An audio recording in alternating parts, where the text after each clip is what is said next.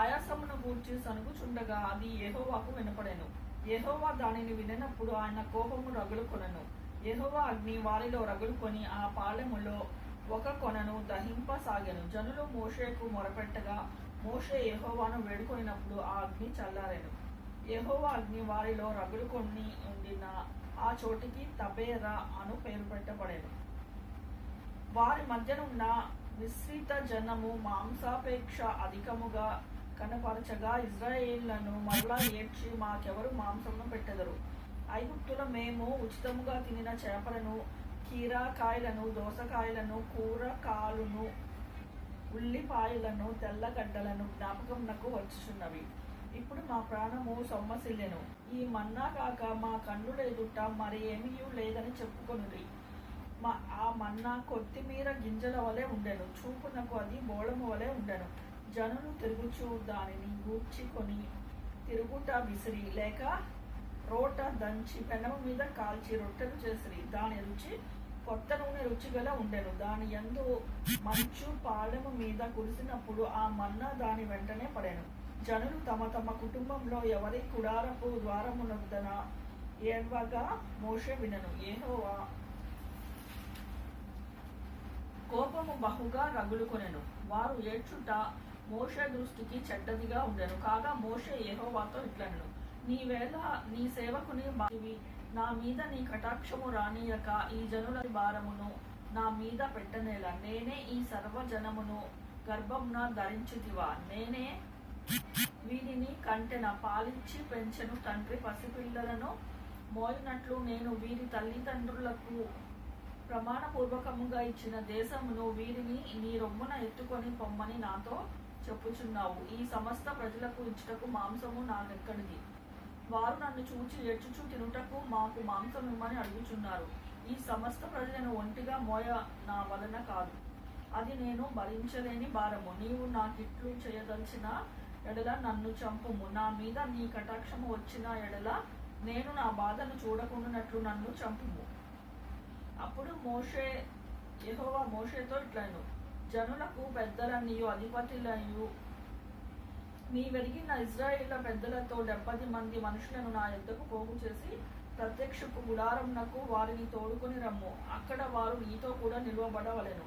నేను దిగి అక్కడ నీతో మాట్లాడేదను, మరియు నీ మీద వచ్చి ఆత్మతో పాలు వారి మీద ఉంచెదను. ఈ జనుల భారము నీవు ఒంటిగా మోయకుండునట్లు వారు దానిలో ఒక్క పాలు నీతో కూడా భరింపవలెను. నీవు జనులను చూచి ఇట్లనము, మిమ్మును మీరు రేపటికి పరిశుద్ధపరచుకొనుడి, మీరు మాంసము తిందురు. యెహోవా వినునట్లు ఏడ్చి, మాకు ఎవరు మాంసమును పెట్టుదురు? ఐగుప్తులో మాకు బాగుగానే జరిగినదని మీరు చెప్పుకొంటిరి కనుక యెహోవా మీకు మాంసమిచ్చును, మీరు తిందురు.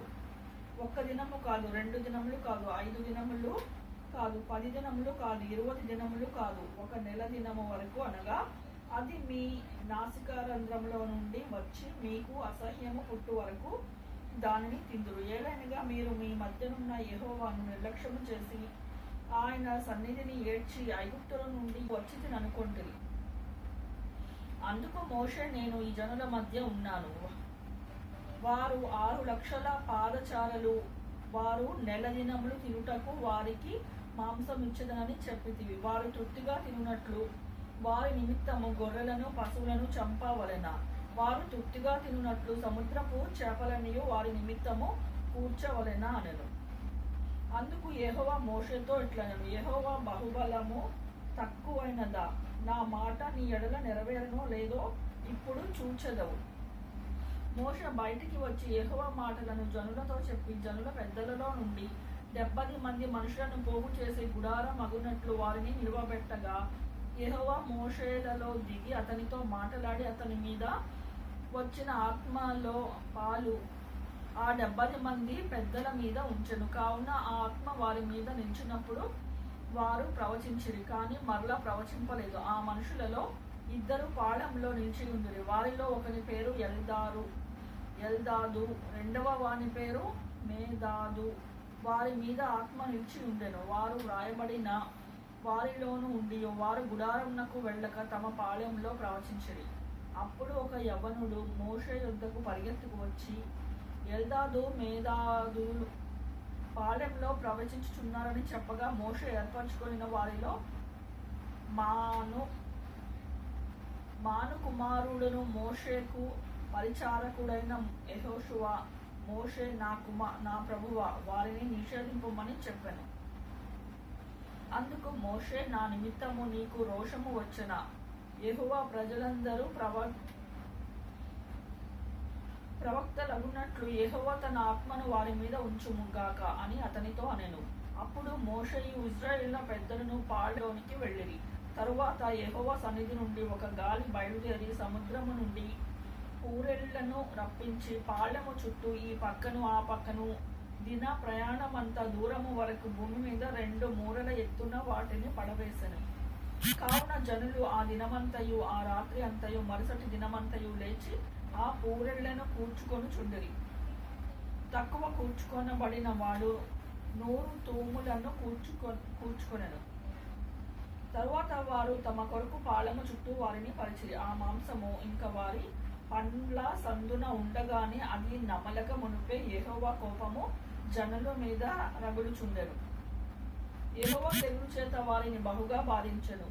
మాంసాపేక్ష గల వారిని జనులు అక్కడ పాతిపెట్టినందున ఆ స్థలమునకు కిబ్రోతు హత్తావా అను పేరు పెట్టబడెను.